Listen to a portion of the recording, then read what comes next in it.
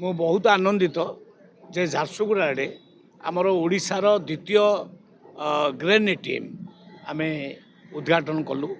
ଏ ଅବସରରେ ଆମ ପାଖରେ ମାନ୍ୟବର ଉଦ୍ଘାଟକ ଯିଏ ଏ ପ୍ରୋଜେକ୍ଟକୁ ଆଜି ଉଦ୍ଘାଟନ କଲେ, ମାନ୍ୟବର ରେଭିନ୍ୟୁ ଏବଂ disaster management minister Suresh Pujari ମଧ୍ୟ ଆମ ପାଖରେ ଅଛନ୍ତି ଏବଂ ଆମ ପାଖରେ ଅଛନ୍ତି ଏ ଅଞ୍ଚଳର ଆଉ ୟଙ୍ଗ ଲିଡର ଆମର ମାନ୍ୟବର ବିଧାୟକ ଟଙ୍କଧର ତ୍ରିପାଠୀ ମହୋଦୟ, ମୋ ସହିତ ଅଛନ୍ତି ୱାର୍ଲଡ ଫୁଡ ପ୍ରୋଗ୍ରାମର ମାନ୍ୟବର ଡାଇରେକ୍ଟର ମହୋଦୟା ଏବଂ ଜିଲ୍ଲାପାଳ ମହୋଦୟ।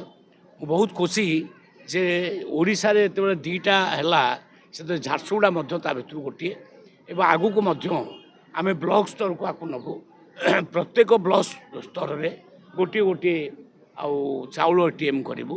ଲୋକମାନେ ଆଉ ଧାଡ଼ି ଲଗେଇକି ଠିଆ ହେବେ ନାହିଁ। ଯାହାର ଯେତେବେଳେ ଦରକାର ଆବଶ୍ୟକ ସେ ଆସିବେ ଆଉ ସେ ଏଟିଏମ୍ରୁ ଚାଉଳ ନେଇପାରିବେ। ଯେତିକି ପରିମାଣରେ ଚାହିଁବେ ସେତିକି ପରିମାଣରେ ନେଇପାରିବେ। ଯେମିତି ଆମେ ଟଙ୍କା ଉଠାଉଛେ ଏଟିଏମ୍ରୁ, ଆମେ ଯେତିକି ଚାହୁଁଛେ ସେତିକି ଉଠାଉଛେ, ସେମିତି ଯେତେବେଳେ ଚାହିଁବେ ଆମେ ଚାଉଳ ଉଠାଇ ପାରିବା 24 ଆୱାର୍ସ। ଏଇଟା ଗୋଟେ ଭଲ ମାନେ ମେସିନ୍ ଲାଗିଲା, ଭଲ ଇଭେଣ୍ଟ ଗୋଟେ। ତେଣୁ ଇଏ ମାନେ ଆମର ଜିଲ୍ଲା ପାଇଁ ଇଏ ଗୋଟେ ନୂଆ ଇଏ। ସମସ୍ତେ ଆଜି ମଧ୍ୟ କିଛି ଭଉଣୀ ମଧ୍ୟ ଉଠିଲେ ଚାଉଳ।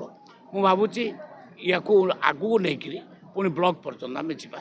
ସମସ୍ତେ ନିଶ୍ଚିତ ଭାବରେ ଏଥିରେ ଆନନ୍ଦିତ ହେବେ। ବହୁତ ବହୁତ ଧନ୍ୟବାଦ। ଧାନ କିଣାରେ ଆମେ ପୁରା ଲିବରାଲ ଆଉ ଇଏ ନେଇଛୁ, ଷ୍ଟେପ୍ ନେଇଛୁ। କୌଣସି କାହାର ଧାନ ରହିବ ନାହିଁ, ସମସ୍ତଙ୍କୁ ଆମେ ଧାନ କିଣିବୁ।